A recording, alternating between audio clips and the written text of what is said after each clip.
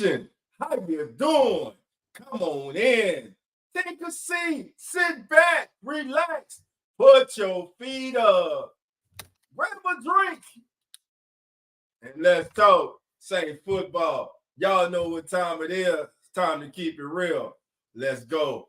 Family, family, family. How you doing? Come on in. I'm Dove Jackson, and this is the Keeping It Real Who That Sports Podcast. And we are brought to you by the Come On In Sports Network. Hope everybody had a great weekend. Look, big news broke Friday.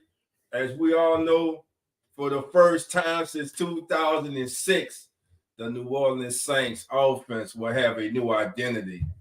The New Orleans Saints offense will have a new conductor. The New Orleans Saints offense will have a new man in charge. Yes, if you haven't known, if you haven't heard, if you've been under a rock somewhere, it broke Friday that Clint Kubiak, this gentleman right here behind me, let me get out the way so you can see this gentleman who's going to be calling the plays for the New Orleans Saints, who's going to architect the offense for the New Orleans Saints. We Friday show we went in depth on Clint, gave you his coaching career, his stat, the stops, how he got his start. He played collegiately.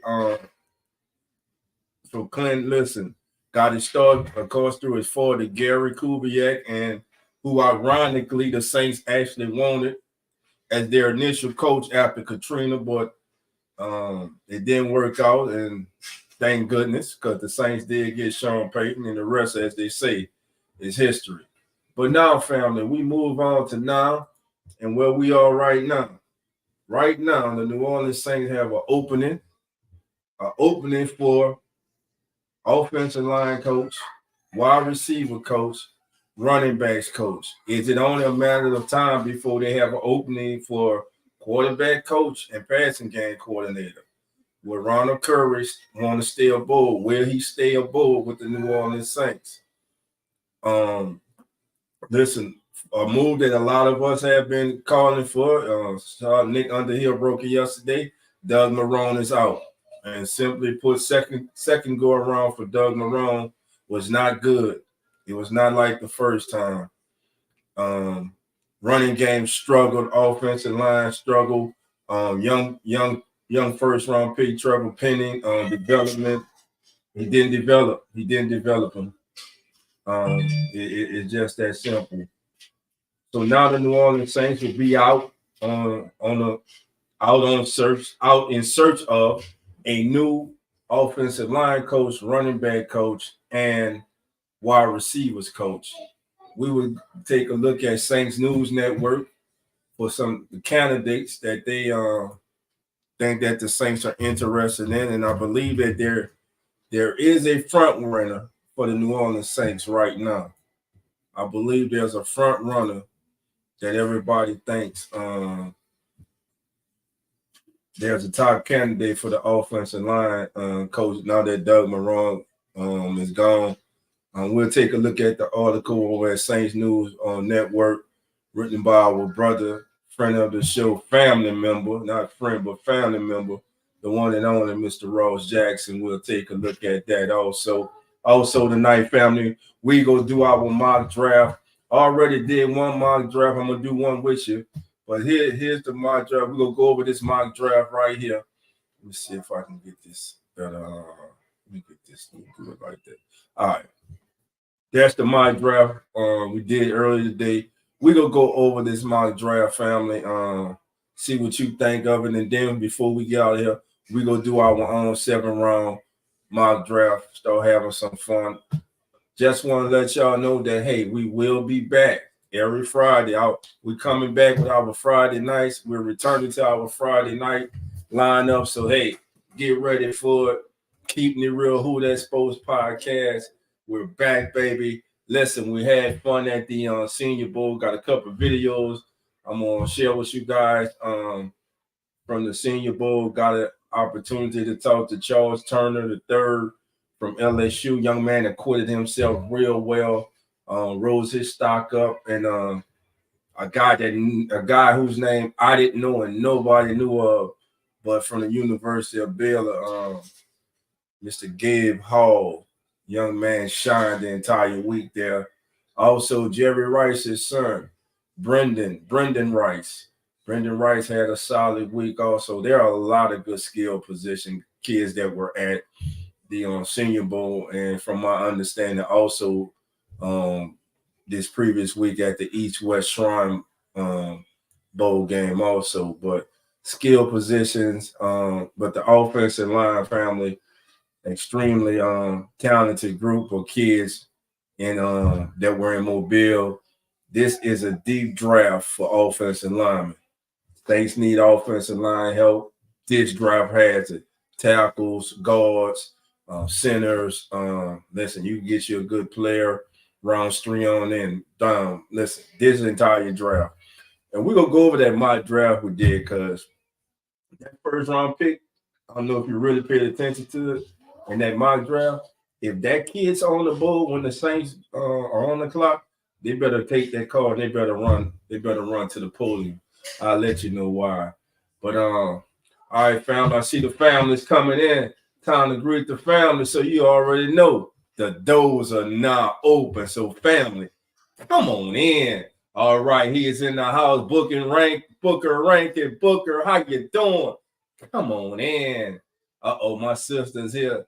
Misdemeanor Crimes, how you doing? Come on in. Dolph, if you're doing the Super Bowl, I have an announcement to make after halftime. You got it, sister, no problem. Hey, family, if you ain't check out Sister Misdemeanor Crimes podcast, man, go over there. Show us some love, show us some posts. She's doing a great job over there, man. Like and subscribe to our sister, man. Yeah, we family, man. We're going to support each other. She's doing a great job. All right, who else we got up in? My brother, I see you. The one and only, the hardest working man on YouTube. Because there's no YouTube without my brother, my boy, Hoodie Jube. What's going on, Hoodie? Thank you for being here. She's in the house. My sister, Dana. Dana, how you doing? Come on in. All right, who else we got in here? The man with a Boston acoustic surround sound in his house, the one and only, my brother, blessings to you. JT, how you doing? Come on in. What's up, big brother? Come on in. All right, who else we got in this thing, man? Who else? All right. On them highway with them pubs, man. Eric Howard, how you doing? Come on in. Who that dolphin, the fan? Doug Marrone tried to jump in my real pub talking about he needed a ride to Colorado. I told him, hell no, I don't know him like that. So somebody, Doug, is trying. Hey, I wouldn't be surprised, man, if he winds up in Colorado with Sean Payton, man. Breaking news, family. The New Orleans Saints have moved on from offensive line coach Doug Marrone. There you go, JT. I got you, brother. I got you. All right. All right, got that. What else we got? Who else we got up in this thing, man? Clarence Matthews. Clarence, how you doing? Come on in. Thank you, my brother. I appreciate your fan. I love you, boy. All right, let's do it. Here we go. Trey, big bro. Trey, how you doing? Come on in. All right, who else we got coming on in? He always throwing. It's my brother, though. My brother's in the house.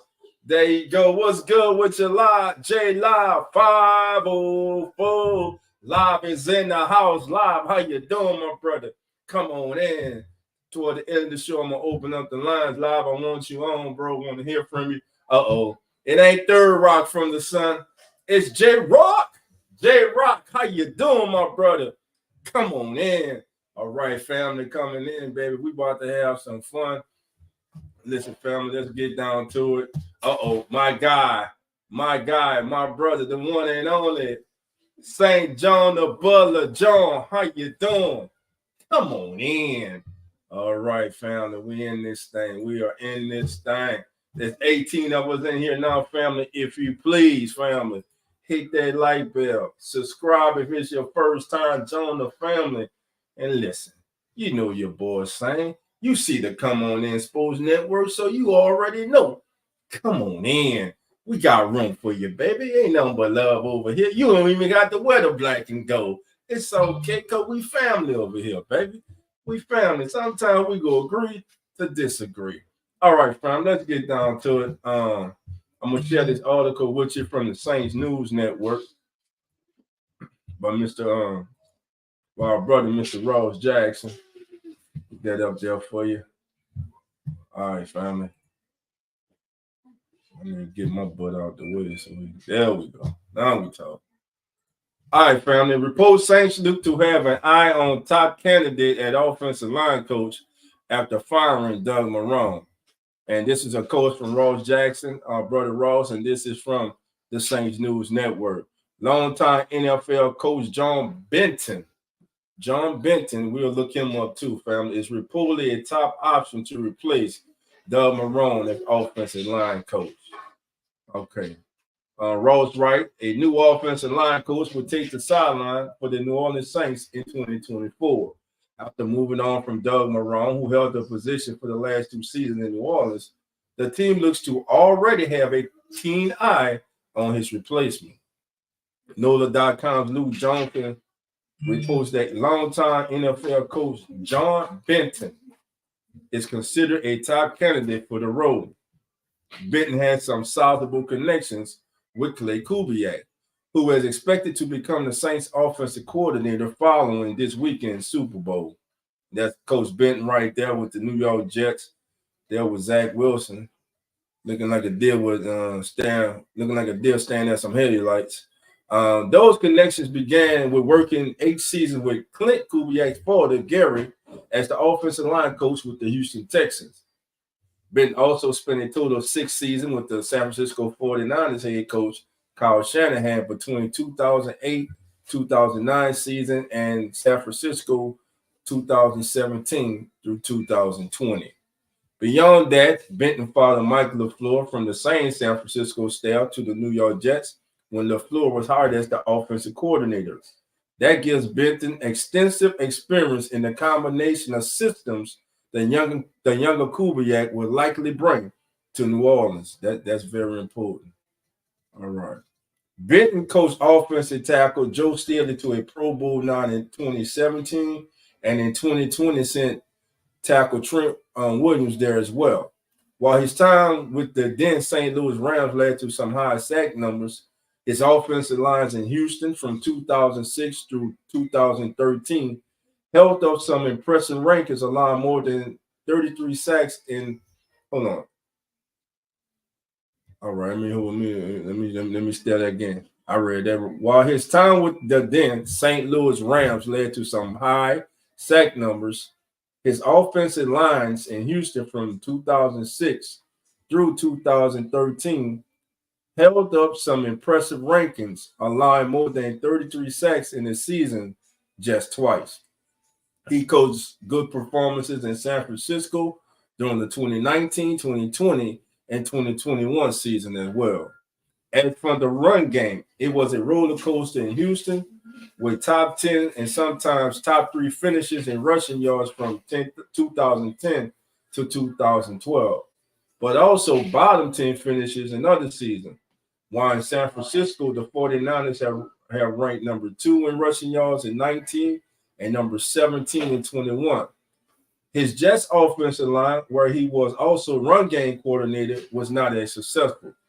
The Jets ended number 25 in rushing yards and finished number 14 in most sacks allowed that year. While Benton may be a top candidate, there are other options to consider for Kubiak and the Saints. The 49ers currently have 2 assistant offensive line coaches in James Craig and Joe Graves, who could potentially make the trip from the Bay to the Big Easy. The Saints also have an internal candidate, an offensive line assistant, Kevin Carberry, who was the Los Angeles Rams offensive line coach in 2021 and 2022. All right, so that's our brother Ross Jackson giving us a little breakdown of the right now, which seems to be the leading candidate to replace Doug Marrone and Mr. John Benton, longtime coach in the National Football League. You see, he started out with Clint Ford and Gary. He's been the Shanahan system. He's been with LaFleur. Had some good success offensive lines. Had been a run game coordinator also. Didn't have too much success that year, but a lot goes into it than that, family. But right now, Mr. Benton looks to be the leading candidate right now for the New Orleans Saints as their next possible offensive line coach. This was a move, family, that I'm sure that many of us agree that was needed by the Saints. It was time to move on from Doug Marrone. It is time to move on from all remnants of the Sean Payton era, the Sean Payton offensive system. It's time to go in a new direction. It's time for young, fresh ideas. It's just time, family. Listen, Saints offense started to click toward the end of the season, but they struggled for a year and for 2 years. That offense struggled. Got playmakers on this team who are not, in many cases, not being many feel are not being used correctly. When you have a Alvin Kamara, when you have a Taysom Hill, who I think is highly underutilized, even by Sean Payton, he was underutilized in my opinion. Family, we can say, I'm telling you right now, I've said it before, I'm gonna say it again. Taysom Hill and Alvin Kamara, 1A and 1B. And right now, I ain't sure who 1A. Because we have seen Taysom Hill just take over a game and impose his will upon the football game. We know the record. What is the Saints record when Taysom Hill touches the ball 7 or more times? Like 19-2, 19-3, something like that. So hopefully Clint Kubiak can come in and get the full use of the talents of Taysom Hill and don't have him standing on the sideline next to him. Put him in 1 week for 1, 3, 4 plays. The next week you let him play on the majority of the game, get the ball in his hand. He's going off. He's imposing his will on the game. He's demoralized. He's making the defense feel bad. Got tongue twisted. So he's making the defense feel bad, and then the next week go away from him for 2 or 3 weeks. Everybody's talking about the Debo Sanders role. I could see Taysom Hill doing. To me, already does it. I can see we already line Taysom up all over the place. So really, it's just like how much usage will Kubiak get? How much usage will Taysom Hill get in a Clint Kubiak offense? Because it was not nearly enough in the Pete Carmichael offense. And is he going to bring that 49ers run scheme with him to New Orleans? If so, that creates a lot more room for Alvin to operate. Listen, Chris McCaffrey, Alvin Kamara. There ain't nothing Chris McCaffrey can do that Alvin Kamara can't do. I think this rejuvenates Alvin. I think it should rejuvenate Taysom Hill. It should have all the skill position guys happy with the opportunity that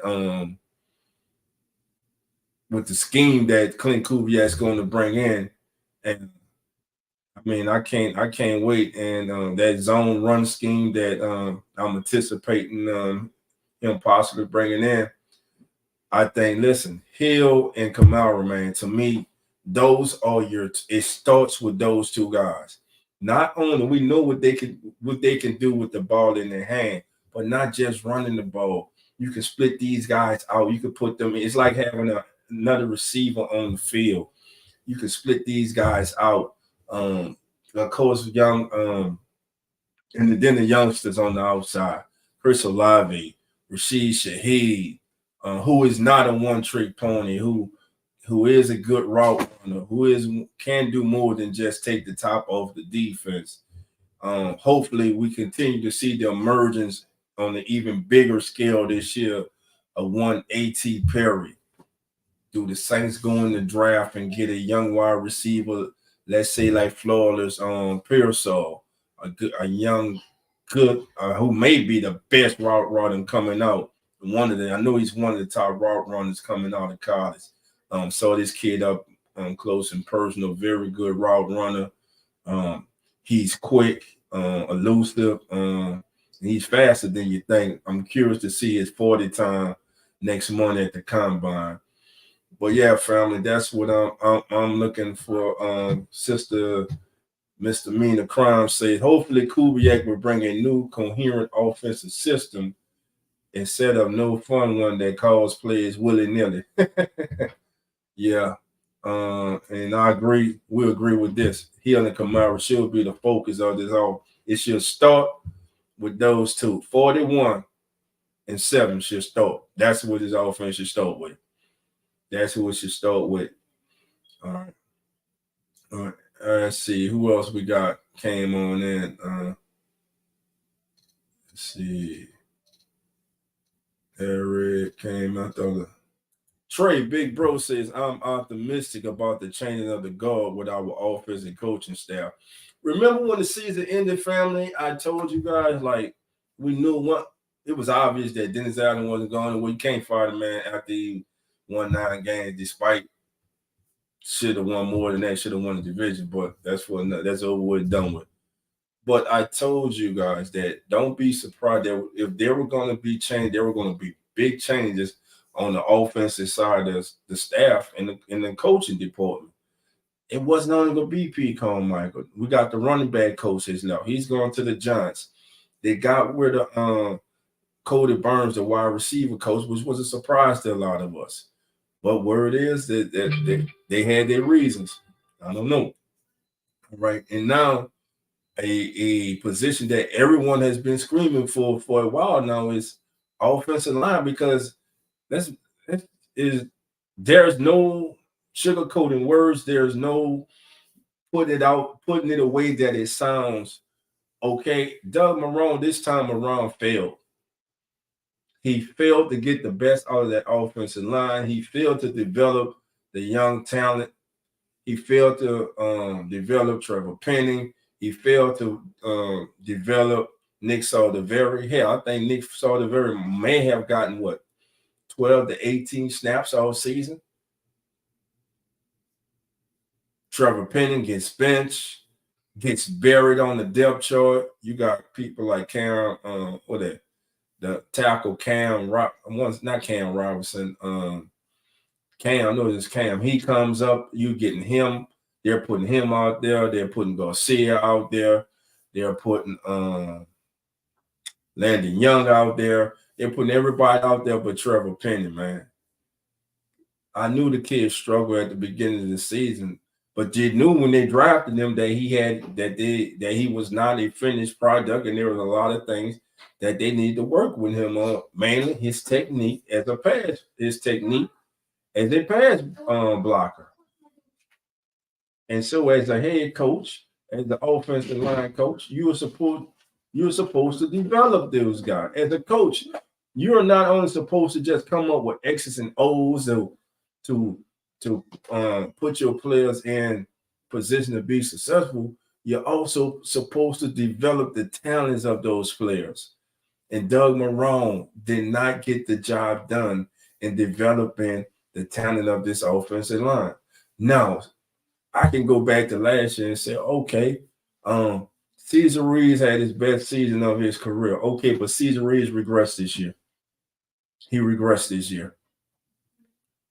He regressed. Eric had a bad year. Ryan Ramczyk had his still not playing up to Ryan Ramczyk's a bit, but I think he had a better season this year than he did last year. We know what he's fighting, but he's coming back. On the left side, Hurst digress. He digressed. There's no other way to put it. to put it. He digressed this year. And lo and behold, the man who everybody was saying get rid of has to go. We done had enough of him. How about he gets healthy and comes back and stabilizes that offensive line? And now guess what? The Saints can't really afford to get rid of Andrews Pete. Saints need Andrews Pete. Swing guard, left tackle. Pete was adequate at left tackle. No, he wasn't outstanding. He wasn't bad. He wasn't terrible. He wasn't trash. Pete was above average playing left tackle, and he stabilized that left side and that offensive line. That offensive line started coming together when Andrews Pete came back into the lineup. Okay, next comment here. All right, JT says, "Hey, dog, this should show us how bad Dennis Allen eyes are. Dennis Allen needs great coordinators around him. That's any coach. We all call Bill Belichick the greatest coach of all time, but you think that was all Bill Belichick? As a head coach, you got the eye talent. You got to have the right assistant coaches around you, man. You got to surround yourself with the right people. Belichick did that for a long time. McVay does that right now. Shanahan does that right now. They have an eye for talent, for coaching talent. You have to surround yourself with the right kind of people. And say what we mean. We keep saying this. Dennis Allen is one of the best defensive coordinators in the National Football League. Now, as head coach, he has his shortcomings. We all know that. But as a defensive coordinator, Dennis Allen is one of the best in the National Football League. And today or tomorrow, if he was get released, he'll have a job. It's just that simple.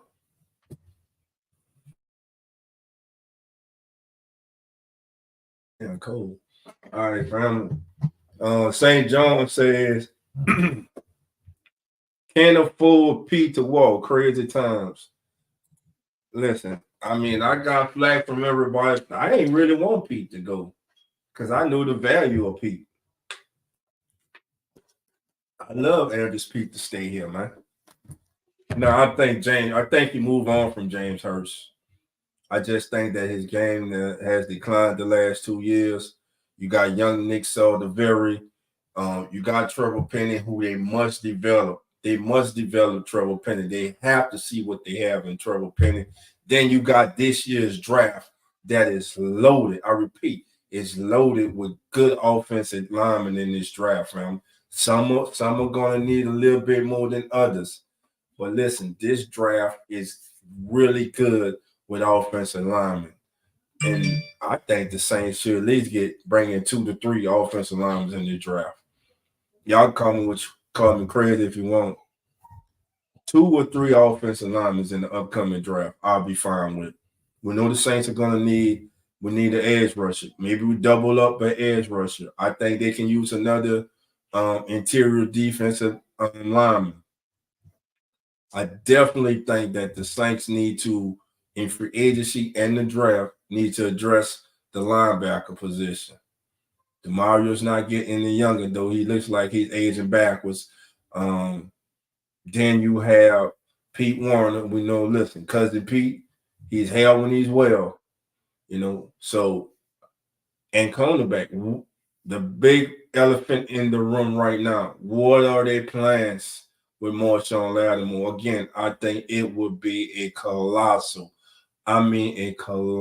mistake for this organization to get rid of Marshawn Lattimore. All he does is make the defense better. All he does is take on the other team's top offensive skill position player, wide receiver, and gives him one hell of a fight all day, every day, and most of the time ain't nothing shaking on that side where Lattimore is. I love the development of young Adebo. Alante Taylor, first year in the slot, had his struggles. Excuse me. Had his struggles, which we all were expecting. because it was his first time playing inside. Plays better on the outside, but again, that was his first time playing on the inside. Um, young Jordan Howden showed a tremendous promise. I don't, I don't know if the Saints bring Marcus May back. I don't know. I like Jordan Howden. Howden, you still got the Honey Badger back there, made the Pro Bowl, who was playing at a high level after everybody wanted to write him off. Came back this second year, and listen, Tyron still can ball, man. Tyron he still can ball. He's a calming factor back there with these young DBs. Um, who else we had back there? We had Johnson back there at safety. Uncle Jerry, how you doing? Jerry says, I like Jordan Howden better. Got you. All right. Marty Mall says, Mickey is going to trade Latimer and get fleeced like he always do. Man, I hope they don't, man. I still think that would be a colossal mistake, man. And realistically, bro, if they trade Latimer, what you think they're gonna get for Latimer? If it's not a high second, I'd be surprised if a team falters or caves into a first round pick for him, which he's worked, in my opinion. Latimer's still in his prime, man. Still in his prime. Let's see what we got here. Kevin Thomas, how you doing? Come on in. Maybe looking to the new one run stop and pass defection. We definitely need run stoppers. We need a linebacker. The Saints need a linebacker that can sideline to sideline and is good in coverage too. Yeah, Maul says if it's not a first round pick, it's a failure. That's what I'm looking at. I cannot see giving up a talent like Marshawn Lattimore for a damn third and a fourth or fifth round conditional pick or something like that. If that's the case, man, this is just sad, bro. But hopefully, right now he's still part of this team. I think he's supposed to be part of the team. He's loved by his teammates. He's a difference maker. He ain't got too many. You need all the different makers you can get on this team. And plain and simple, the Saints got to start hitting on their draft. It's just that simple. They have to start hitting on their draft, family. And they ain't been doing that. We got to hit on this past year. I think this past year's draft has promise. You got Jordan Howden. We saw A.T. Perry come on. We saw Kendre Miller at the last game of the season when healthy, what he can do. Okay. We know Brian Brisee. Love that pick. That's 4 right there. Who are we waiting on? Foskey, who got hurt. Started off real slow, had a moment when he was coming around, but then he got hurt. Foskey and Nick Saldiveri. Those, and of course, last year, 2 years ago, Trevor Penning. And in this last year of his contract, hopefully, and it seems like we always got to say this every year. The kid got through training camp, started the season, then got hurt. Y'all know what I'm talking about, Peyton Turner. Everybody likes to lump Peyton Turner in there with Marcus Davenport. The times that Peyton Turner has been on the field, he's made a bigger impact to me than Marcus Davenport did. Eric Wallace, how you doing? Eric said, how Brisee looking? I know I botched his name. Brisee look good, man. I think this upcoming year, man, you know the Saints rotate defensive linemen anyway, but I'm looking for a bigger year from Brisee. He'll be more polished as far as improving his technique, his knowledge of playing in the NFL now, knowing how to counteract what the offensive lineman is doing to him. And listen, that spin move he has, that motor he has, Brian Brisee was a hell of a pick, man. He was a hell of a pick. JT says, watch the friendship that Sean Payton and Mickey Loomis doing the draft. Well, you know what? Believe it or not, a lot of teams do that. A lot of GMs, they call each other and coaches because of their past relationships. Hey, we got this. We're thinking about this. What would it take for us to move up? What would you want? We're willing to offer this or this draft pick or such and such player to move up to this position. And I'm sure that the team that they call knows who they want. Everybody kind of got a very good idea what each team is needing. Scouts talk.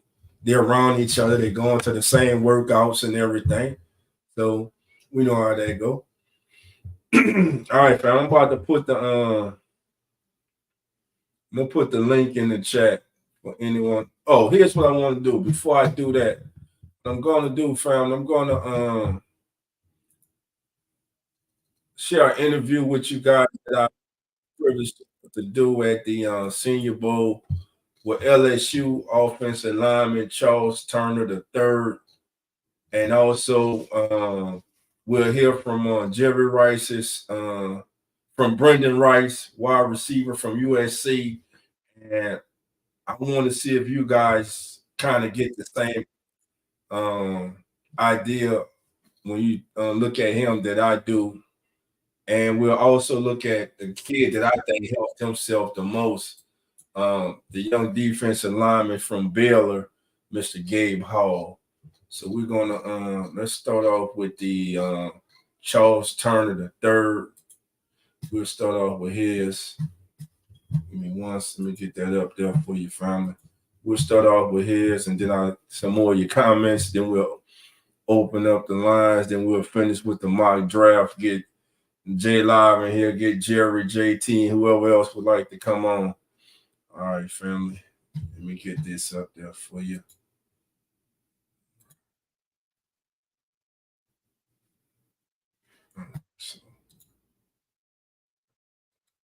Yeah.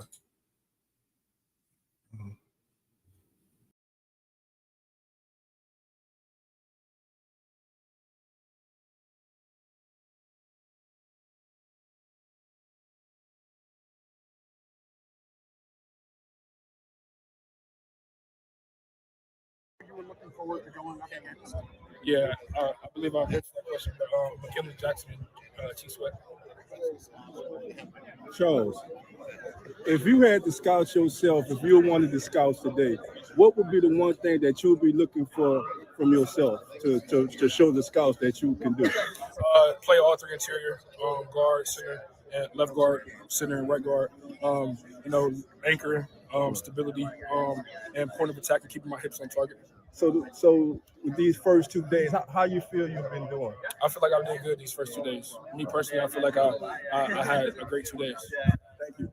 What was it about McKinley Jackson's game that makes you so comfortable? You were looking forward to going.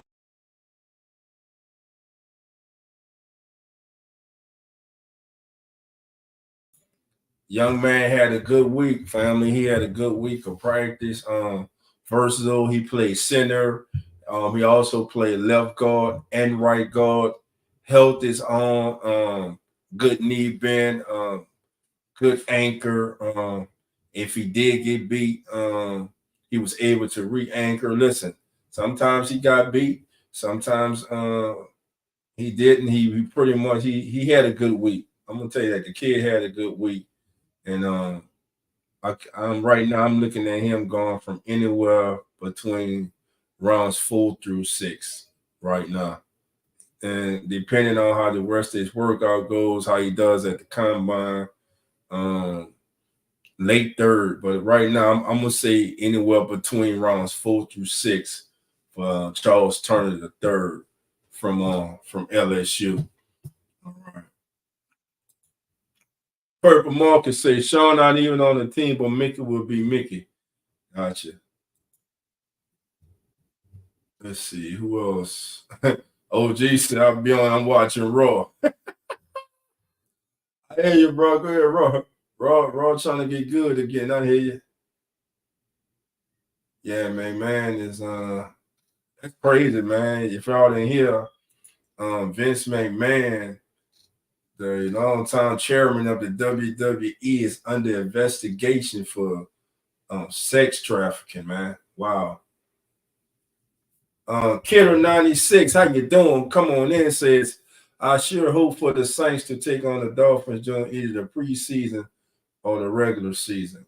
I have to look at the schedule. We might play the Dolphins. I know it's gonna be popping up here, man. Saints and Cowboys, so that'll be a hell of a game. Purpose Marcus said we had Pete at offensive tackle. He was good, but when he first started playing tackle, he was playing bad when it came to pass protection. When you talking about Marcus, if you talking about this past season, there's not one game I'm gonna say that when Pete got inserted to left tackle, there's not one game that I personally can say that I can sit here and say that he just had a bad, terrible game. I don't recall. As you're saying, maybe you do, maybe some other family members do, but me, and I'm not saying that Pete was perfect out there. I'm just saying it wasn't as glaring as it was when Penning and Hurst were out there. All right, let's see what else we got. Maybe I need to chew some gum like Mickey Loomis so I won't cough.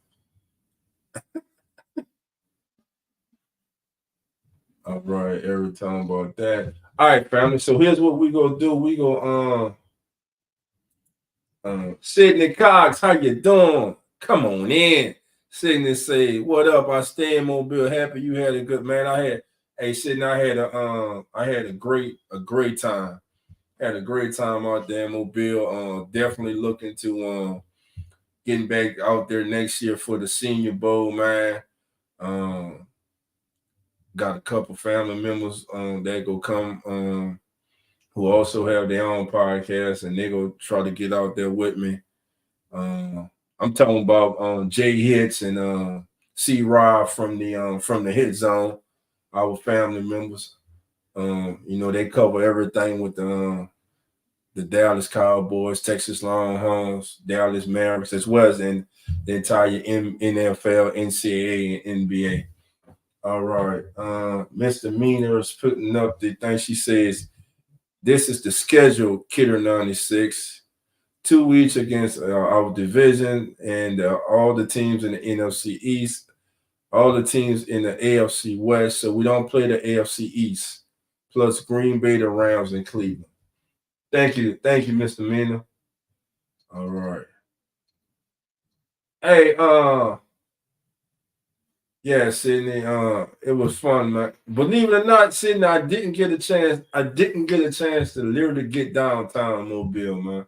Next year, I'm gonna make matter of fact, next year I'm staying downtown Mobile, man. I ain't really get a chance to experience it. All right. I appreciate it. I appreciate you. Thank you. Means a lot, fam. Appreciate it. All right. What Eric said, I'll check it out. Yeah, that's the schedule. All right, here we go, family. Let's go next. Let's talk to, the son of a legend. The son of a legend. This young man here is the son of a legend. Listen, when your daddy is Jerry Rice, and listen, let me tell y'all a story. Listen, so I believe it was was it Wednesday practice? I believe it was I'm gonna say Wednesday practice, family. Thursday. It was Thursday. It wasn't Wednesday. It was Thursday. It was the Thursday practice, family. So the wide receivers and DBs are going through their one-on-ones on 7-on-7, man. And so Brendan's out there. He had just went. Then I think Jaquan Jackson for Tulane was up next. And so I'm filming, I'm looking, and I see everybody looking to the right. So I turn to the right, and who's standing right there, man? The one and only, the greatest receiver of all time, man. The one and only Jerry Rice, man. That was a surreal moment, man. Like, had to stay professional though. They want, hey, Jerry, but yeah, the great Jerry Rice was in attendance, man. Also got to see the great Terrell Owens was there. Coach here reported the 75th Hall of Fame team of the Senior Bowl, man. And shout out to New Orleans Aeneas Williams, who was in attendance, and he was one of the honorees also. It was a great halftime show, even though I was in the press box, chilling, man. Met some great people, man. Had fun. Eric says that Pete took a game to get used to the speed from edge rushers again, but I thought he made a pretty quick adjustment. He held his own. Yeah, that's what I thought too, Eric. I thought Pete held his own, man. I thought he really held his own for the season. Again, I'm not saying Andrews Pete. Listen, when Andrews Pete was out there early in his career at left tackle, Pete wasn't a detriment to the Saints when he was out there at left tackle. He never has been.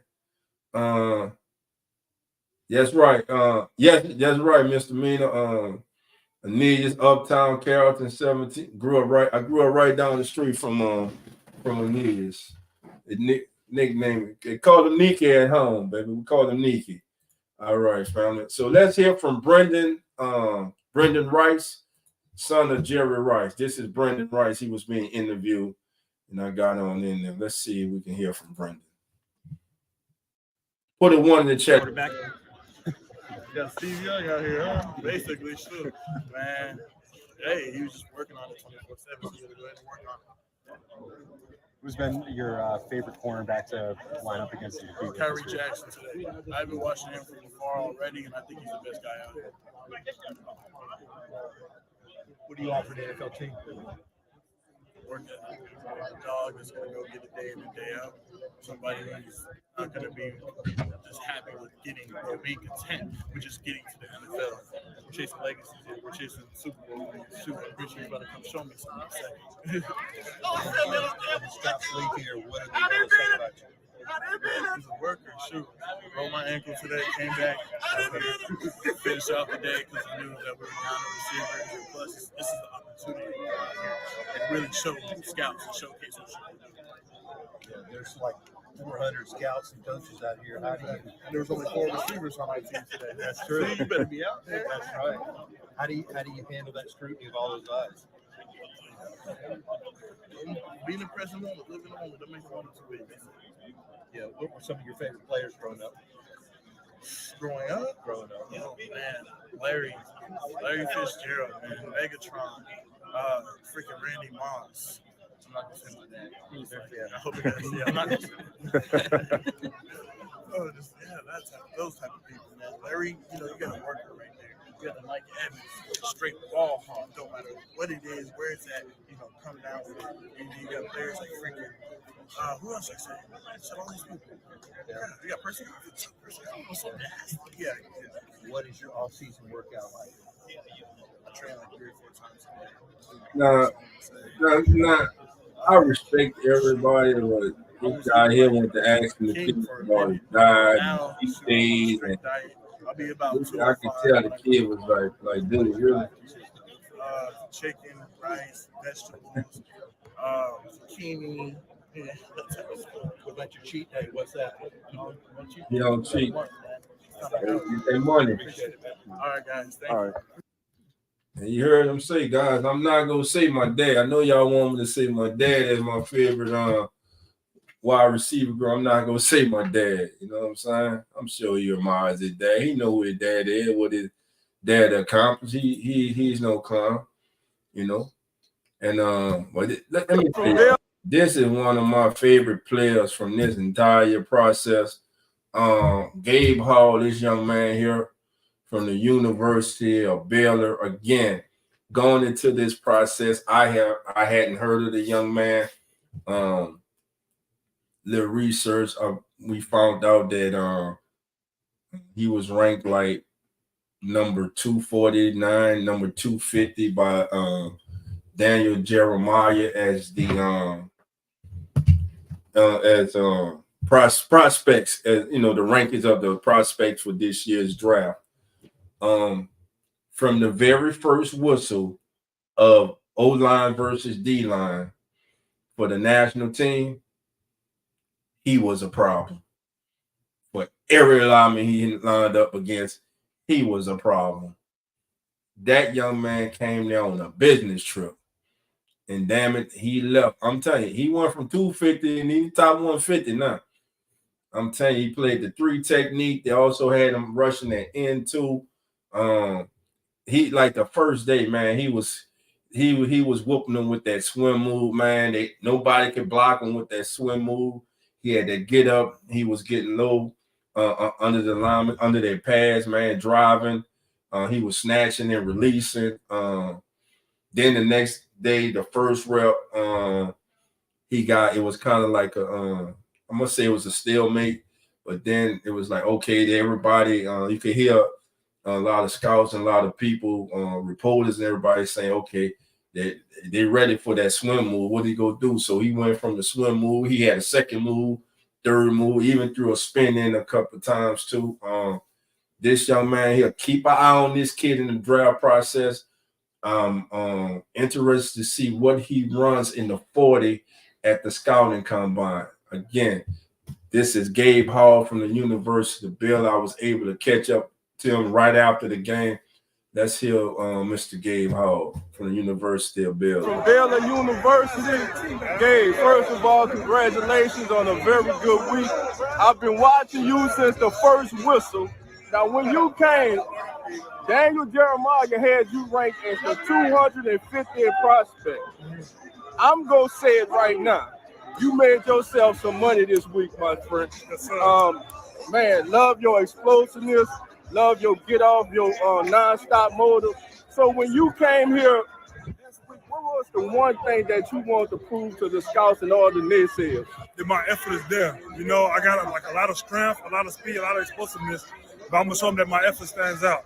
And that's what I came here to do. I guess you can do. So if you had to scout yourself from here on out, what would be the one thing that you would be looking for from yourself going forward? Effort, the little things, the detail. That's all I'd be looking for myself. Gotcha. Well, look, congratulations. Sky's the limit for you. Congratulations, my brother. So from Baylor University, Gabe. And that was again, that was Gabe Hall from the University of Baylor. That kid, again, like I said, man, that kid earned himself some money. He improved his draft stock. Is up. His draft stock is up. The needle is perking up. Couple people that the needle is perking down on. Tulane quarterback Michael Pratt had some good practices. Let me say this about the quarterbacks. There was not one quarterback there, and we got to take it for the context that it is. But there was not one quarterback that was there that I would say that makes you sit back and say, that's a franchise quarterback. That's a kid that has an opportunity to lead a franchise for many years. That player was not in Mobile, in my opinion. I know Spencer Rattler for the game was 4 for 4, won the MVP. A lot of people now are high up on Spencer Rattler. Bo Nix, he did okay in the game. But all the quarterbacks, man, they were kind of inaccurate, sporadic. I'd use the word sporadic during the week. Because you had some receivers getting frustrated. Because this is an opportunity, man. You got all the eyes of the NFL on you. You know, you got the GMs, you got owners, you got scouts, you got all 32 teams there. You got college coaches there. You got CFL personnel there. This is a money. This is a business. This is a business trip, and the quarterback play sometimes, man, it was really erratic, man. Yeah, erratic. It was erratic. No, not to say all of it. No, listen, they had their moments. There was one play on 7-7 when Michael Penix Jr., man, rolled out left after being pressured, rolled out to his left. And when I say he threw a laser on a rope to the back of the back pylon, the left corner of the end zone to Luke McCaffrey, Christian McCaffrey's young brother from Rice, who to me looks like he has an opportunity to be a good contributor in the National Football, good slot receiver in the league. He made a good catch in the corner end zone, got both feet down. That was a good play. Michael Penix Jr. Is not a Michael Penix Jr. is a pocket passer. Let me just say that. Michael Penix Jr. is a pocket passer. That arm is real. Spencer Rattler's arm is real. Everybody out there, I'm gonna tell you, has an arm too. University of South Alabama's Bradley, the quarterback, his father coached in the NFL for a lot of years, but the big Bradley kid from South Alabama, number 12, big kid, about 6'3", 6'4", about 230. Big arm, man, big arm. I think this kid could be a quarterback that's taken late in the draft that will have an opportunity to develop. But like I say, with the quarterbacks that were there's nowhere one that I came away saying, man, I don't see him getting past being on the board after past the 6th pick of the draft. None.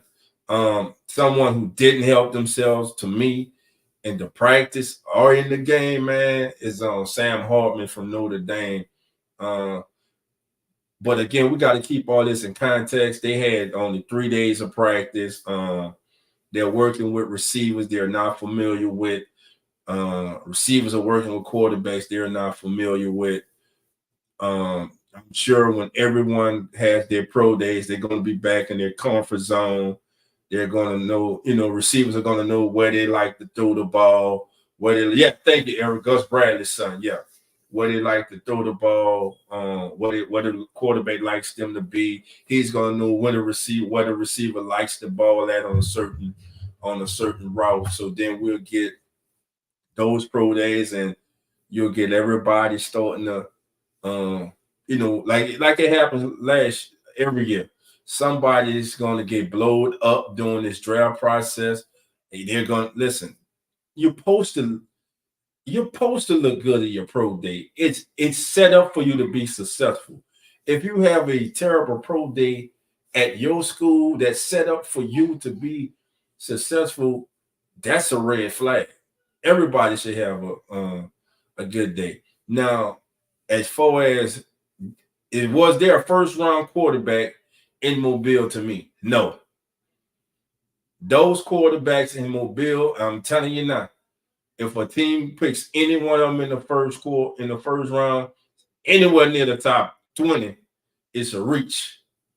And it gives Kenny Pickett. I got Kenny Pickett vibes from those quarterbacks.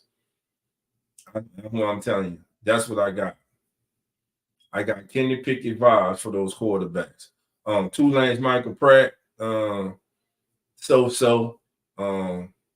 erratic, was less than accurate. I watched him play for years since he's been at Tulane. I know he's an accurate passer. In the game and in practice, he had his moments. More so than the game, because there was really I know they all want a pitch count in the game. Mr. Mina says, "Dog, what do you think Bo Nix gone? What's going to happen?" Like I say, these pro days, because you have to take into context they got their Monday, they got the playbook, you're on the field practicing, installing Monday, Tuesday, Wednesday. They don't practice Friday, and you go and you play a game Saturday. To me, I think it should be a 2-week process. I think the kids should get there maybe that Thursday or Friday prior to the game, and at least have 4 to 5 practices, at least 4 to 5 practice before they play the game the following Saturday. That's just me. I think you'll get a better showing for these kids. You'll get a better they get a little more familiar with quarterback, knowing how the receiver breaks on certain routes. The receiver knowing where the quarterback likes to put the ball, quarterback knowing where the receiver likes the ball at.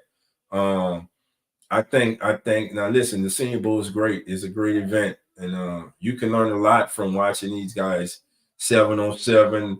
O line against the D line. I stayed there. That was my main thing. I love that action. You get to see these kids go at it. The young tackle from Oklahoma, Guyton, so athletic. You could tell he was a tight end, and that he played. I believe he played another sport too. So athletic. Had to work on some of his technique. Had the tendency sometimes when he's being to let the defender get into him, and his right hand sometimes his palms will be on the outside, or his hands will be down. And when he engages, he was grabbing the outside shoulder of the defender. And sometimes he'd get stood straight up. But once he get a little coaching, then he'll come back next rep, and you'll see him get those hands up, get that punch to the defender, and he's gonna be good. I'm gonna just say that he's not ready now. He's gonna need some coaching, but the upside to him is tremendous. Another kid that I think acquitted himself well is from the University of Texas, Christian Jones. He's another tackle. Christian, hold on. I believe it's Christian Hutchinson. Let's do this while I'm thinking, fam. Go to Draft Buzz. I'm gonna share this with you guys. Go this offensive line for you guys. Here we go. 2024. Let's go. We go offensive line 2024.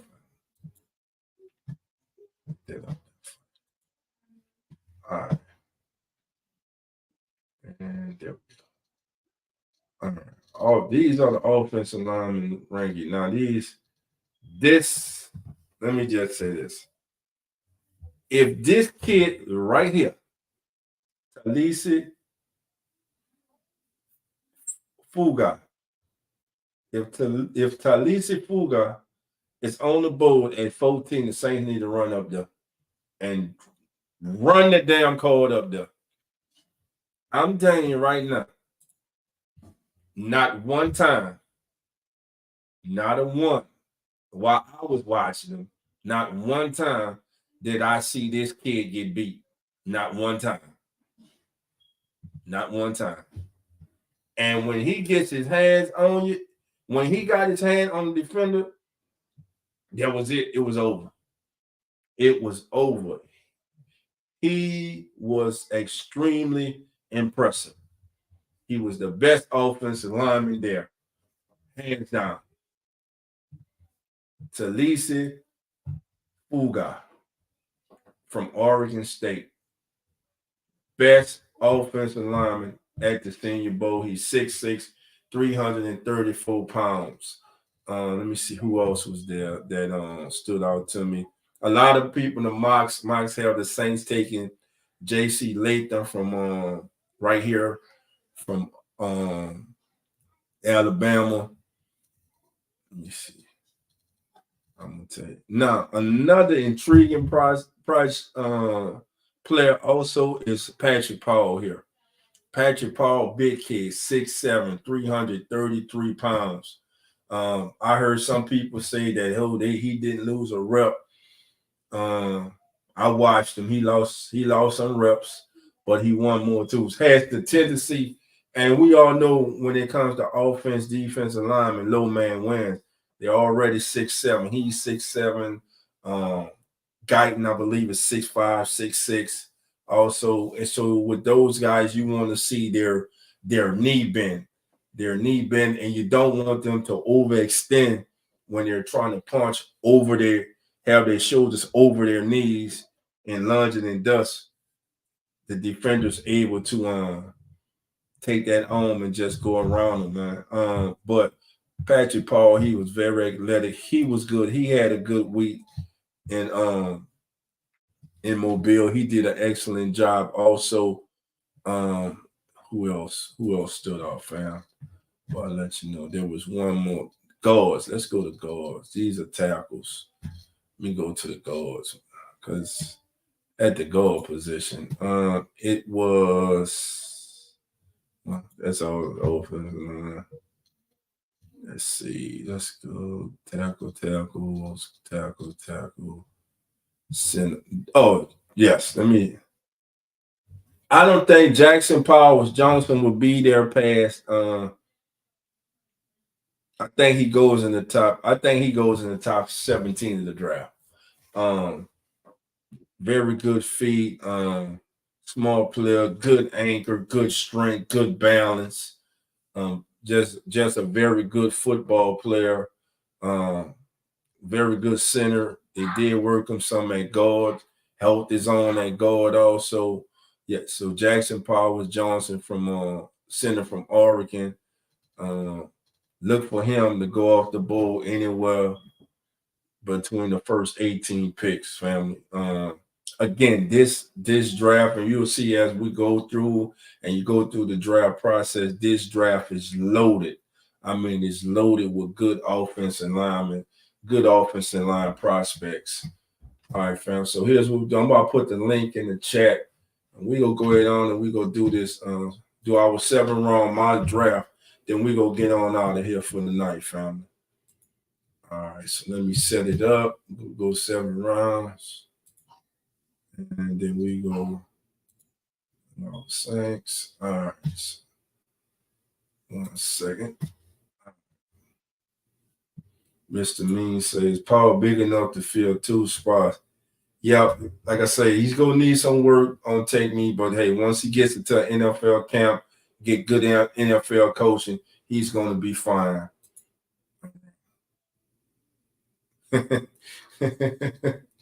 How you guys are, Mr. B? All right, let's see. Get that off the board for a minute.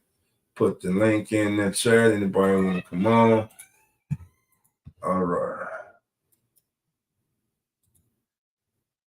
All right, fam. The link is in the chat if you want to come on. All right, let's get this draft going. Give me 1 second, family.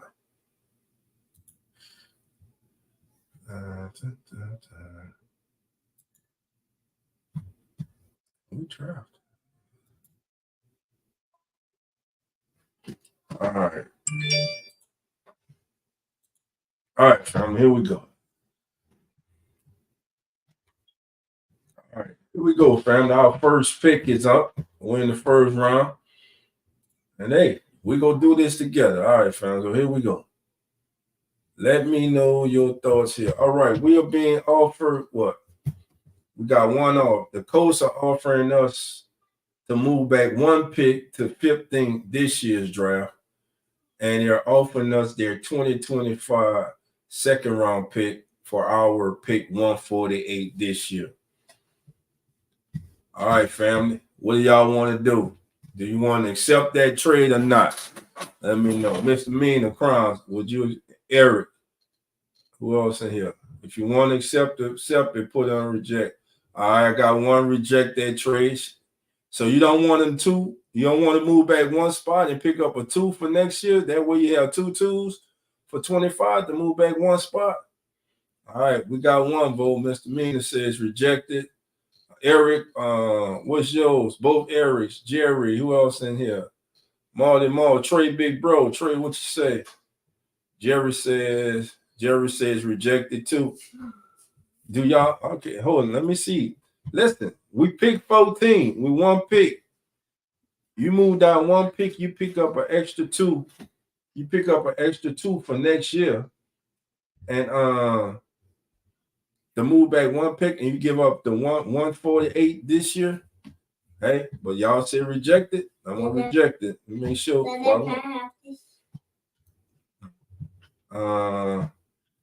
JT said accept, no deal, no deal later. All right, Mr. Million, I got one. All right, JT, you got outvoted, bro. So found that one pick kept us from getting Mahomes. This I got you. All right, JT, you got outvoted, bro. The family they want to reject it, bro. So we're gonna reject it. It's rejected. Okay, on the board now is the Latu, the edge rusher from UCLA. He's on the board. Josiah Newton, the good defensive tackle from Illinois. Keon Coleman, wide receiver from Florida State. J.C. Latham from Alabama. And Jared Verse, edge rusher from Florida State. Team needs offensive tackle, defensive tackle, offensive guard, linebacker, and running back. Okay, family. So in the chat, let me know what you looking at here. So, Mike. All right, let's see. Okay, it says draft O-line. Keeps on talking about Limbo. Keep on trying to sleep.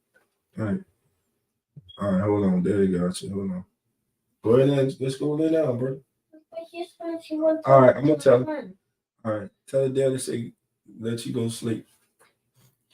All right, friend, got daddy do this too. All right, Mister. Those aren't our on the choices. Those are just these are here.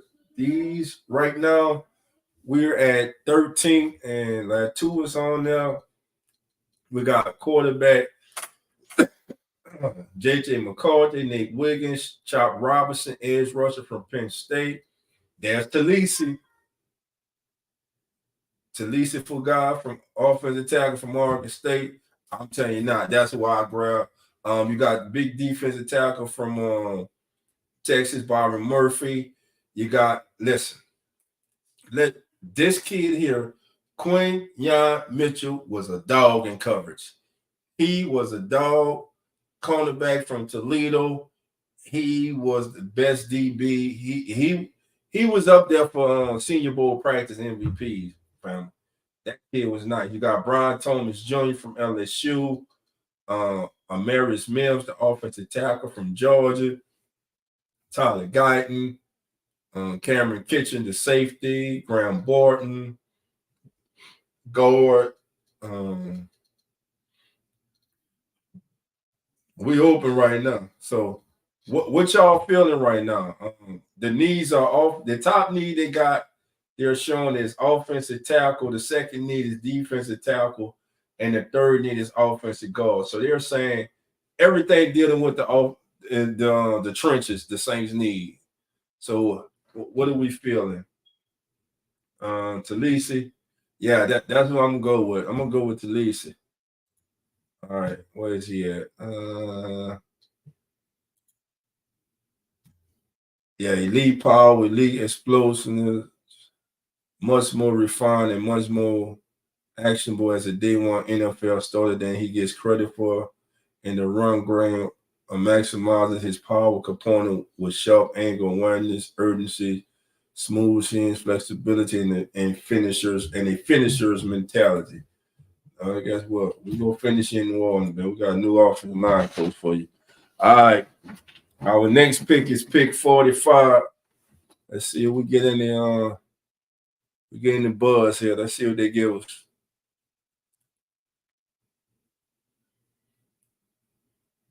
All right. So we went offensive tackle in the first round, family.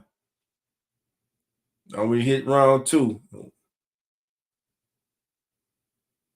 Now, remember, after this pick right now in the real draft, that will be it for this. All right, here we go.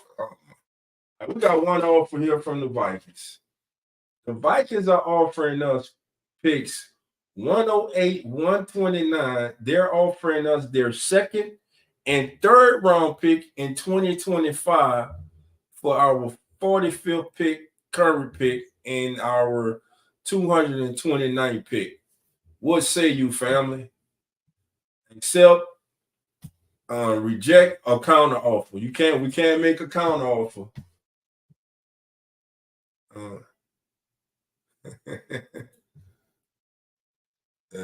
What you mean by a coach? Penn State offensive tackle, Mr. Meter says she would accept this one. All right, who's with her? Do y'all want to accept that? You gotta look at it now. They're offering us. So you're gonna move from 45 all the way to 108. You get 108, 129. So that means in the top 100, you only get one pick in the top 100. But next year you have 2 2s and you gain 2 3s next year. And then you get 108 and 129 of this draft. I got one vote. Sister Misdemeanor says accepted. E, what you say? Would you want to accept or drop or decline this one? Jerry, what you say? Accept or decline this one here?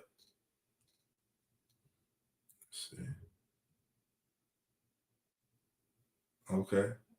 So you say you stand, Mr. Meany. So you want to go ahead on, or you want to stand pat, or you want to go ahead on and accept this? If you want to stay pat, let me know. Yeah, the kid from Penn State good too, man. But I'm telling you, that Talisa kid, man. Talisa. She all right. All right. Sister, she don't want response. All right. Sister Mr. Mean says she wants to accept this trade. All right. Now we don't pick again to 108. So we got time.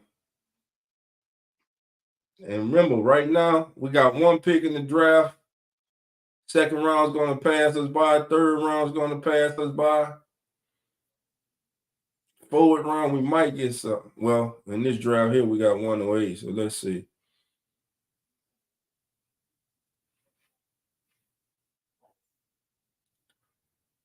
And we're at 80, pick 80. Johnny Wilson's gone. Chris Jenkins, Alexander, James Williams, Michael Pratt. They got Pratt going to Tampa. Okay. Brandon Coleman, offensive guard TCU, the 49ers. Okay, round 4. Where are we coming? We coming up. Let's see what we got on the board. All right, family. The Jets are offering 111 and 186. All right. E, you hitting up late. All right, E, I'm gonna let you pick this one. E, do you want to accept this one or not? The Jets are offering you pick 111 and pick 186. Do you want to accept it, decline it, or do you want to counter offer? Make a counter offer to them. All right. All right. Counter offer. All right. Sister Misdemeanor says counter offer. I'm gonna give you a minute. I know you're driving, bro. You got the talk on your headset to tell us the text. So let's look at the counters right quick while I'm waiting on E to get in here. Okay, so we count them. They're offering 186.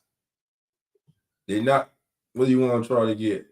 So what do you want? You want to try to get next year 3 or next year 4?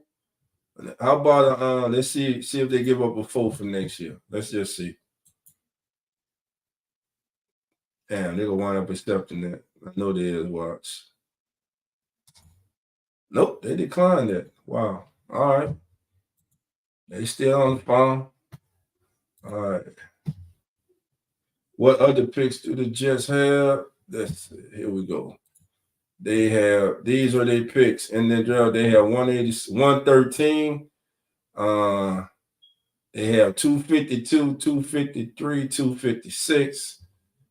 They have their picks next year. Try to get a 4 out of them for next year. Maybe we can get another. Maybe we get a 5th, maybe a 6 out of them. That's something you guys would be interested in. What you say, Mr. Mean? That's the picks the Jets have right there. Let me know what counter you want to go with. You want to try to offer them, and we can do it. We're in the full round right now. We're at pick 108. The Jets are trying to trade for pick 108. They'll like to send the Saints pick 111 and 186 for the Saints to move back 3 spots. Swap 108 and 111. Yeah, that's what we are. They already sending us 111. Mr. Mean, the 108 is the Saints. The Jets have 111. So the Jets are willing to send 111 and 186 to the Saints to acquire pick 108. So they all, if that, yeah, I don't know if you understood, but yeah, you're saying swap 108 and 111. So do you want to accept that trade? You want to accept? So y'all say accept it? Okay. All right. I'll take it. We'll take it. We'll take this one. We took it. All right, here we go. All right, y'all. We back on the clock. We have no trade offers. Remember, we only have 1 pick in the draft so far, and that, my friend, was the offensive tackle from Oregon State, Talisi Foga. Now on the board, top player right now is Cade Stover, tight end. Oh my God. Roman Wilson practiced 1 day at the Senior Bowl. That's all he needed to practice. Speed for days. Very good, a good route runner. Still can work on some things. He was real good. He shut it down after 1 day. That's how good he was. Roman Wilson, receiver from the University of Michigan, 5'10", 188. Yeah, that's right. He is a turbocharged. That's a good usage for him. Turbocharged athlete with railroad explosiveness, speed. Yeah, he's dynamic, man. Can use his hyper elite explosiveness to throttle up and attack open zones. Has the long stride acceleration to rocket into the open field and elongate space. Listen, if you know the old saying, if we're even, he leaving. Blake Corum, the running back from Michigan, he's still on the board. Got Blake Fisher, offensive tackle from Notre Dame. Mason Smith, the defensive tackle from LSU.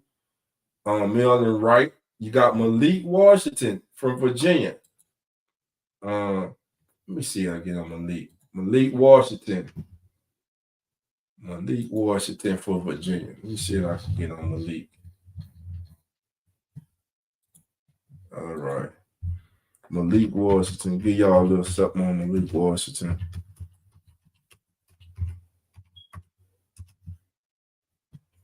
All right. Malik Washington family.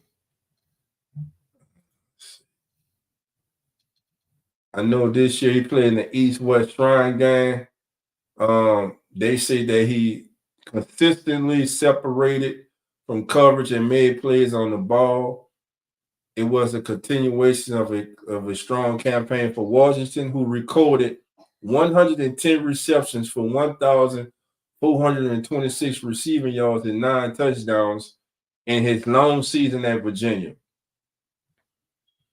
He spoke to the Draft Network and discussed his takeaways from the East-West game. Washington said it was an amazing experience, talking about the East-West Shrine game from start to finish. Once we checked in, we had a chance to meet with the NFL Player Association. I saw Michael Vick and some other stand-up legends out there. Hall of Fame players were in attendance. We then had a chance to play with the kids at the Shrine Hospital. Every moment of the week felt very important and a lot of fun. Then he was asked the question, what did he prove to general managers and scouts. He says, I was watching the Senior Bowl as I tried to keep up with what was going on. I was surprised to see that guys weren't really pressing receivers in the slot. We were pressing receivers in the slot at the Shrine. Every single rep I took was a press man rep. That gave me a chance to showcase my ability to get off of press coverage and separate down the field. I can track the ball and make acrobatic catches. I was making the same big-time catches I made on film. I made those plays in front of NFL scouts. Yeah, that kid, he had a hell of a game. All right, so who else we got? Kyrie Jackson. You got Cam Hart, the cornerback from Notre Dame. They don't have a report on him yet here. Thomas Harper, safety for Notre Dame. Tanner Bartolini, offensive center from Wisconsin. Jared Wiley, the tight end from TCU. Again, defensive tackle, offensive guard, linebacker, running back, and old tackle are the team's need. So what are we going to we need a tight end too. So who y'all want to go best player? What defensive tackle or best player available? Let's see. If I'm going best player available, because I don't want to reach, if we go best player available, I'm telling you, I'm going Roman Wilson, fam. I go Roman Wilson. Add him to that young receiving core. You add that speed, that playmaking ability to that young receiving core. All right. We don't pick again the 129, which is not. The tight end is still there. Let's go offense. You want to go offense? We look at the offense. Here are your top offensive players on the board. Stover from Ohio State, the tight end. Blake Corum, running back. How do we feel about the running back position? Jamal Williams this past season, family. You got Jalen Wright from Tennessee. You got Jared Wiley, the tight end from TCU. You got Christian Mahogany, offensive guard from Boston College on here. You got Dallin Hoker, tight end from Colorado State. Theo Johnson, he was at the Senior Bowl. Where at 135? I don't know. They need to update this. Dominique Pooney, offensive tackle from Kansas. So, and we got Mo. I just scroll up and you guys can just let me know. Sam Hart, I'm not big on Sam Hartman, fam. I'm telling you now. Christian Jones is there. And I'm telling you, I might double up on someone here. Go get who? Get who? Gundam. How you doing? Gundam says linebacker. All right. Brother Gundam said, dog, look at linebackers. Let's go to linebackers. Brother Gundam says linebackers. All right. We got linebacker Tommy Etchenberg from Ohio State. Curtis Jacob from Penn State. He's ranked 141. Eckenberg is the highest rated linebacker. Exploded in 2022 with 120 tackles, 12 tackles for a loss, 2.5 sacks, a pick, and 3 pass deflections. Now he's projected as one of the top linebacker prospects in the 2024 NFL draft. In similar fashion to his statistical ascent, Eckenberg is just as explosive on the field.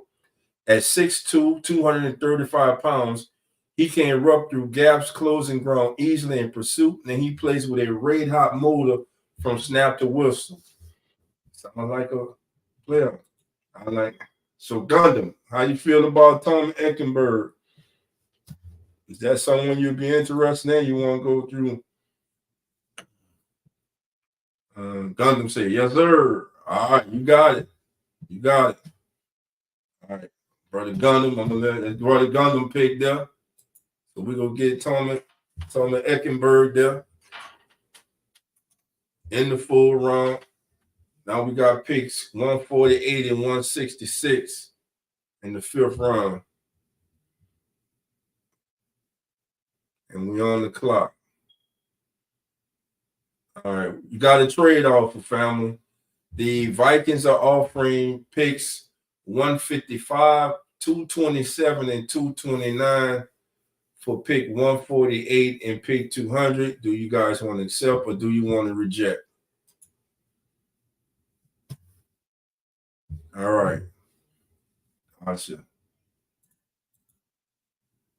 And I'm gonna try to get some film. What I'm gonna do, I'm gonna try to save these drafts. And the kids that we're drafting and the draft I did earlier, I'm gonna try to start getting some film. See if we get some film sent from the schools on these kids, so we could take her in the. Okay, yeah, we're gonna reject that. We're not feeling that. All right, let's go with the big bowl. These are the top players on the bowl. D tackle Jordan Jefferson from LSU. Hey, the tight end Theo Johnson from Penn State. He's there. Oh, Malik Mustafa, safety from Wake Forest, is still there. Okay. Isaiah Davis, running back, South Dakota State. Keith Randolph Jr., defensive tackle. Luke McCaffrey, wide receiver from Rice, is there. Jalen Carlisle, safety. Big kid. I think he's about 6'2", 213. No, 225. Yeah, he's 225. Matter of fact, let me look him up. Get y'all the skinny on Jalen, family. That's J-Line. Is J-Line? Yeah, J-Line. J-Line. Yeah. J-Line Carlisle.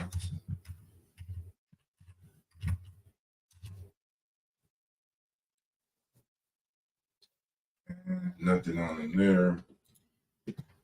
Go to here so y'all can see him.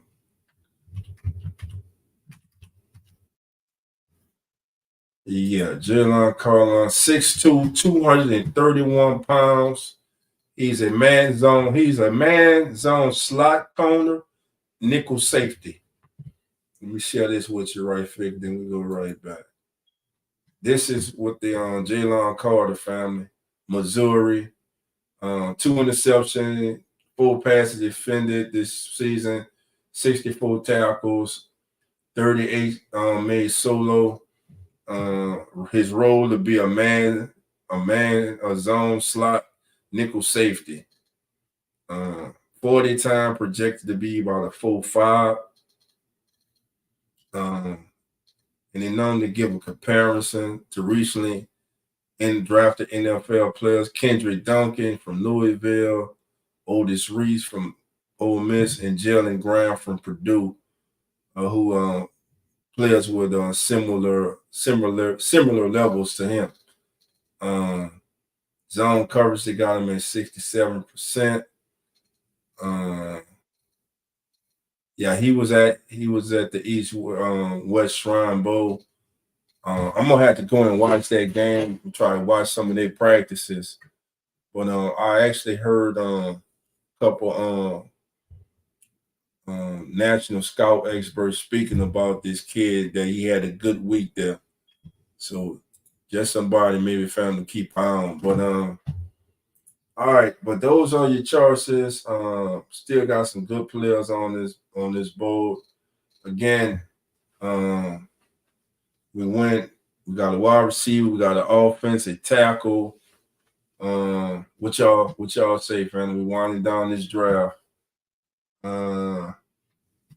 Yeah, D tackle as soon as possible. All right, Gundam and Misdemeanor say D tackle. All right, so let's go defense. Let's go to D tackles. The top 2 on the board are Jordan Jefferson, Keith Randolph, Justin Abaji from Alabama, Fabian Lovett, defensive tackle from Florida State. That go my kid, man. That go my kid there.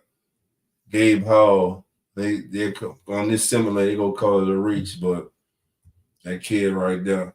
All right, so Gundam and Misdemeanor. Jordan Jefferson, Keith Randolph, Justin Abaji, Fabian Lovett, Jawan Briggs, Gabe Hall, Jeremy Crumar, and Evan Anderson. Those are the top D tackles on the board right now, family. Who y'all want? Get Brescia a young running mate. Okay, yep. Okay, Eric Howard says go Jefferson. Okay. So y'all want to go Jefferson? Y'all want to go Jefferson here? If he's the top D tackle, if y'all just want to go with the top player on the board, we'll see some technique. Let's see. Will he fit with what the Saints do? Nothing yet. Right. Let's let Jordan Jefferson up and see what we get on him.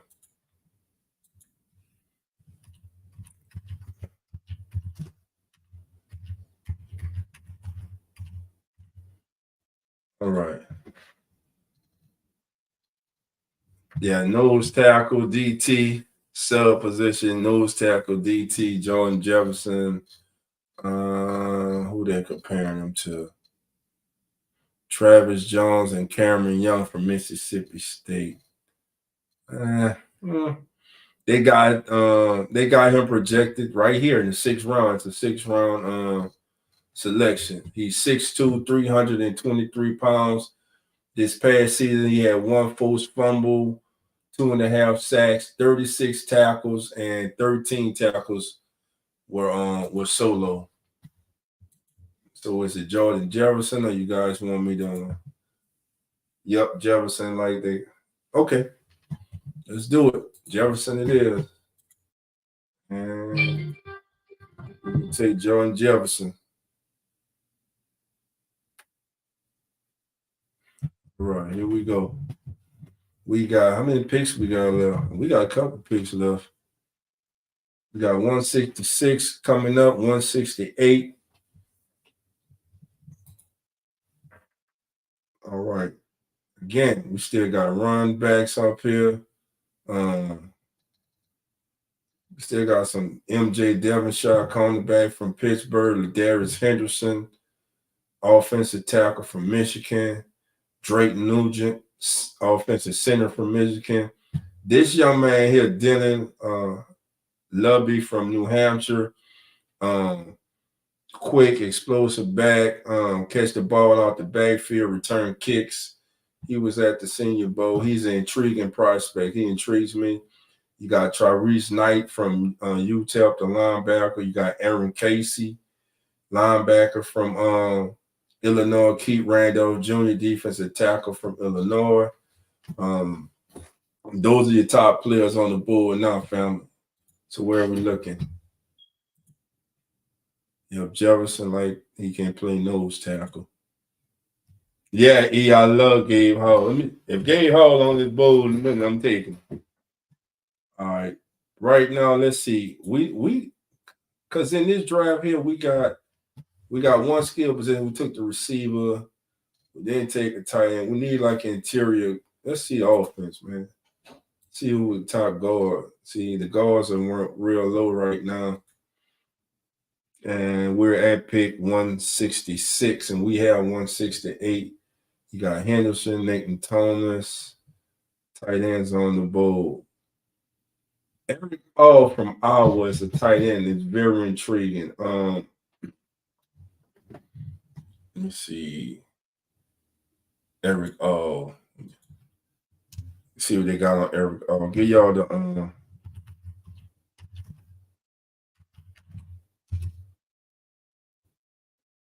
it's Eric right? ERIC, is it Eric why is it not coming up? No, that's why. Hold on, family. All right, Eric from Eric family. He's 6'5", 250 pounds, tight end from Iowa.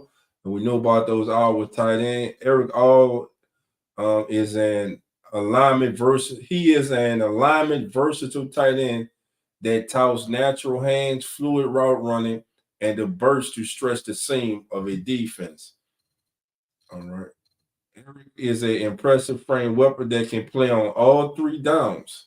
He's not a high-level athlete, but has the requisite twitch, route running, and burst to create throwing windows for signal callers. In the run game, all plays a physical brand of football where he looks to blow defenders off their feet. He does not play, however, with technique, nor does he have the power to latch and relocate his opponent, which will limit his effectiveness in that facet. He approaches blocks with a spring-loaded lower half, but initiates contact with his shoulder pads over his toes, leading to nothing more than an initial shock. Something else they have for him. They got him projected as a day 3 selection, developmental player. They say overall, Eric touts the route running and seam stretching ability to earn targets at the next level. High level athletic intangibles remain absent in his evaluation. Excuse me, family. But his experience at a multitude of alignments present an intriguing chess piece for teams that deploy multiple tight end sets. So that's Eric All right there, family. Y'all want to do? Slim South in the house. Jerry, you still watching Raw or Raw going on, man? What happened with Cody Rhodes, baby, in the cowbell match? They went old school there. All right. Let's see. Does he have a burst and push? Yeah. I'm gonna go. Let's go tight end here, friend. We need tight end. And listen, he come from Iowa, so coming from the tight end factory, we went tight end. All right, we still got 3 picks left in this draft. We still got 3 picks left in the draft, family. We just picked. Is they waiting on us? Yeah, we're on the clock right now. All right, family, we back on the clock. Who y'all? Let's go. I like Devin Shaw. 5'11", he 179. Saw him play. Will Putman, Xavier Thomas, Edge, Quentin Newsom. Do y'all want to? Hey, how about a developmental quarterback here? You got Sam Hartman still on the board. Joe Milton from Tennessee. You got Carter Bradley from South Alabama. Austin Reed from Western Kentucky had a good showing at the Shrine game. Jason Bean from Kansas. Those would be the top one. I don't think that Sam Hartman doesn't wow me. He doesn't. I don't know. I'm just not feeling Sam Hartman. That's kind of way to put it. I'm just not feeling. Joe Milton, he's raw to me. That's why if he comes to a team, you take him late in the round like this, he's a player that you can let sit, learn, and develop. The arm talent is there. There's no doubt about it. Athleticism is there. He's just inconsistent with his accuracy sometimes, kind of slow going through his reads. So I'm saying he is a developmental project. If someone's drafting this kid and looking to throw him out there, it's gonna be a detriment to that kid and to that team. But if you can get this kid in the later rounds like this, in the 6th round, late like this, and he's someone that he can sit behind the established veteran, maybe 2 veterans, and learn, and you can eventually have something because the upside is there. He just needs reps, more playing time. He just needs reps. He just needs to develop more, work on his mechanics, and because the physical skills are there. He definitely needs to work on his mechanics and his and his understanding of the game as far as going through his progressions. But I think Joe Milton will be a good steal. Well, you can't take a win the 6th round. Why couldn't you take a quarterback to develop in the 6th round? Win the 6th round. Sister Mina say, all right. Eric says, get him. Yeah, I think I'm gonna go with Joe here. I'm gonna go with the quarterback here. Let me look at this cornerback before I go. Let's look at the cornerback position. Top corner on the board right now. Quentin Newsom. How tall is Quentin Newsom? Not known him yet. Let me see. MJ Devonshaw. MJ Devonshaw. Let me look up MJ Devonshaw right quick.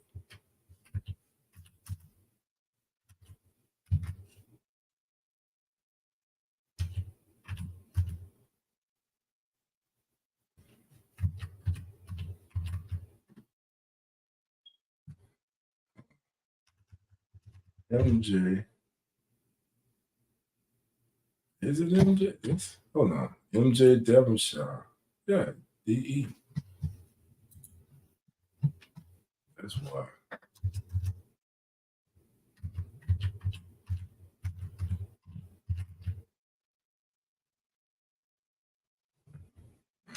Nothing coming up on. Nah, he's not even in this time. He must be an underclassman. All right. Y'all want to go corner? He's the top corner on the board. Let's go cornerback. The Milton there, I'll take it, Milton. Hold on, let's see if Gabe's still on this board. Gabe Hall's still on this board. I'm taking Gabe Hall.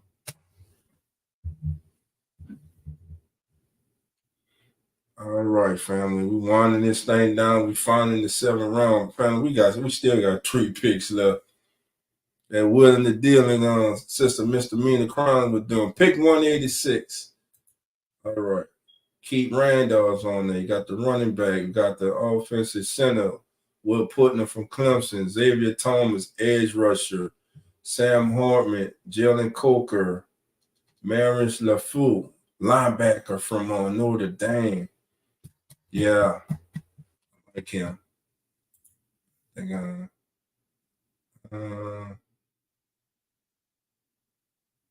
Yes, get him. Okay. Let's do this. This linebacker, Sam Hartman. Yeah. Not the quarterback. I'm trying to the food. Zan Topula Fatu. Listen. Zan shit. Edge this is the edge rusher from Washington. Despite inconsistent production and availability, all right, there we go. I'm not. We had enough of that injury history. Let's see. Let's do Maris Latu. Let's do that.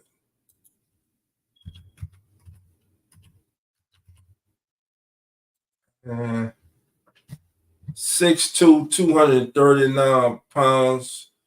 Senior linebacker from Notre Dame, has a overall rating of 84.3. He's ranked as the 7th linebacker coming out in the draft.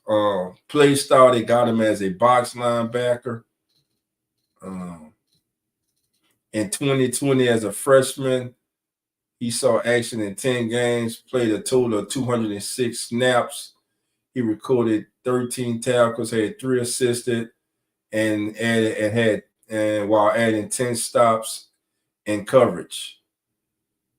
In 2022, he played in 12 games, had 601 snaps, recorded 30 tackles, 17 assisted, 15 stops in coverage, made 1 pass breakup, 1 interception, and the league QB rating when targeted of only 26.5. And as a pass rusher, he had 11 pressures, 10 quarterback hits, 10 quarterback hurries, no QB hits, 1 sack. And last year, as a junior, he played in 12 games. He had 29 tackles, 14 assisted, making 22 stops in coverage. He had 1 pass breakup, no interception. His QB rating with targeted was 90.2. As a pass rusher, he produced 26 total pressures and had 17 quarterback hurries, 4 quarterback hits, and 5 sacks last year for Notre Dame. Let's meet linebacker. Sounds great. Let's do it. Yeah, let's do it. He's top linebacker on the board.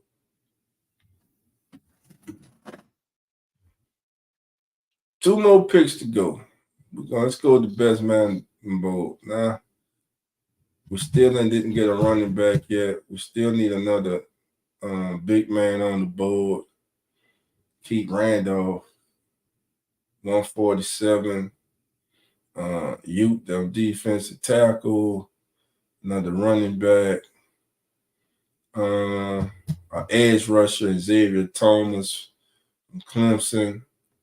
I am not. You got Tanner. Let me see the tight end position. What we got up here? Barely Cup, tight end, Texas Tech. Mason Plum from Furman. Zach Hines from South Dakota State. Jordan Smith for Temple. Isaac Rex from BJE. AJ Barner from Michigan is still there. Okay. Top running backs are on the board.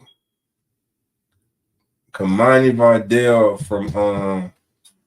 from Troy. He looked good out there. Dylan, I think, would be a good selection right here too. But we need to get this defensive line together, man. See on the edge. Xavier Thomas. Let's go edge. Need pass rushes.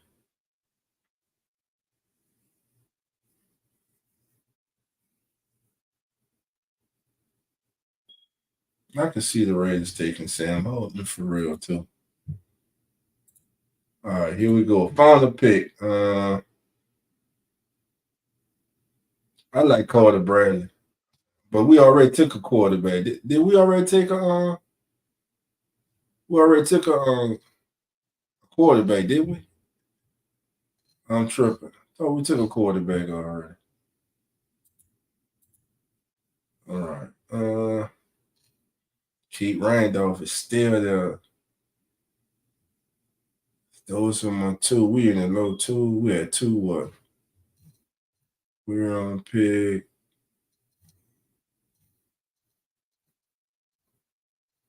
Oh, we threw. We're on pick 200.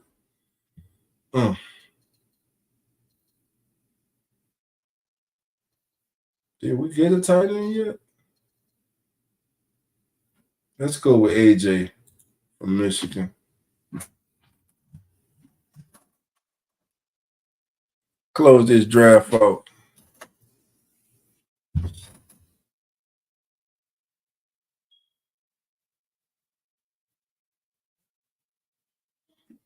Pretty much how the Saints draft gonna be too. Charles was still on the board. I didn't know that. Carter Bradley. I'm interested. I thought we took a quarter. Did we take Milton? Let's see. I don't remember taking Milton. Let's see. Let's see. Yeah, we are the picks. This is the end for us. So Evan Anderson and last pick. All right. This is our draft. We had Talib Fugaga. I say Fugaga. Fuga. Roman Wilson. Tommy Etchenberg. Jordan Jefferson. Eric O. So we got our tight ends. We got an offensive line. We got a cornerback. We we doubled up on the D line. So on the D line, we hit we got 3. We got the edge rusher. Gabe could play. He could kick out 2. Jordan is the big nose tackle that we went with. And closed out. You got 2 tight ends. You got tight end run a flex of you. Then you got a 2 next year and a 3 next year. So good draft, family. That go close out our drafts for the night. Listen, I want to thank everybody for joining me. I'm Dolph Jackson. This is the Come On In Sports Network. This is the Keeping It Real Who That Sports Podcast. Listen, we'll be back Friday for sure.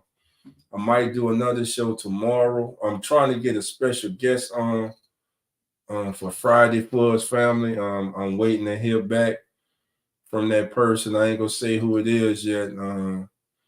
If I get him, you'll know who it is. You'll know him, and hopefully we can get him back. We can get that person on the show.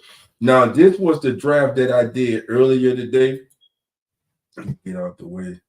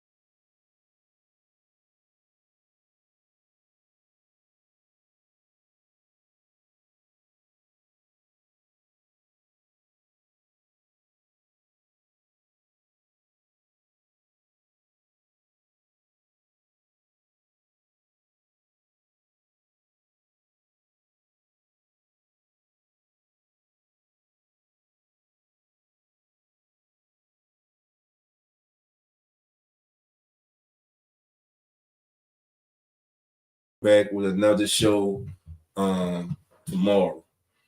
But until then, family, thank you all for being here. Thank Mr. Meadham. Thank Gundam. Thank Eric Howard, Slim South, Hoodie, Uncle Jerry, Dana. Who else? I said Gundam. If I did, I'm saying it again. Elite Goods, my brother came through. JT, big brother, thank you for being here. Who else came in? I got my brother Hoodie, Jerry, Eric Howard, Eric Wallace on the West Coast E. Thank you for being here, my friend. Sidney Cox out there in Mobile and enjoying my time in your town. Looking forward to next year. Can't wait to get back. Trey the Big Bro, Purple Marcus. Who else? Marley Mall.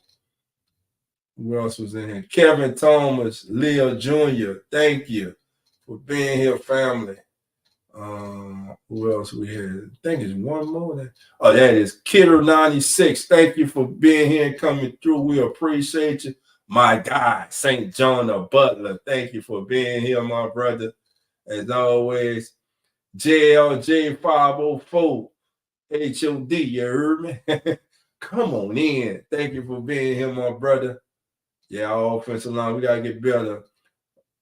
Mozzie, hit the like button if you join the stream. Yes, sir. Appreciate you. Mozzie was in the house.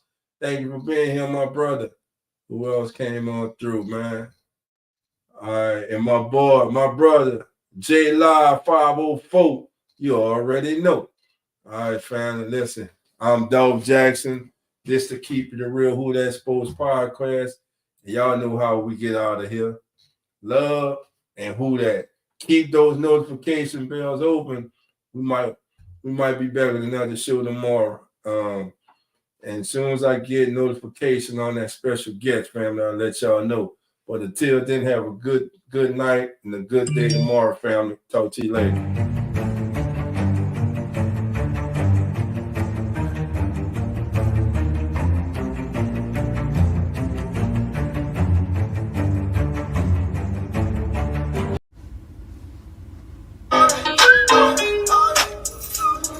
Keeping it real, who that sports pod, legendary coach Rod, Dog 17.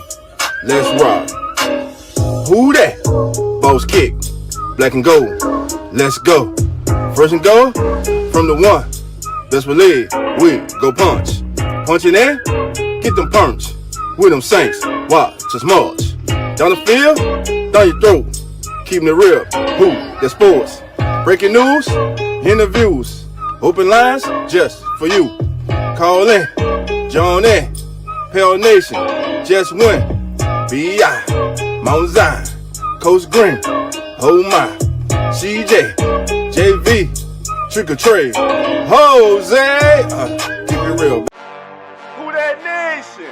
How you doing? Come on in. Take a seat. Sit back. Relax. Put your feet up. Grab a drink. And let's talk Saints football. Y'all know what time it is. Time to keep it real. Let's go.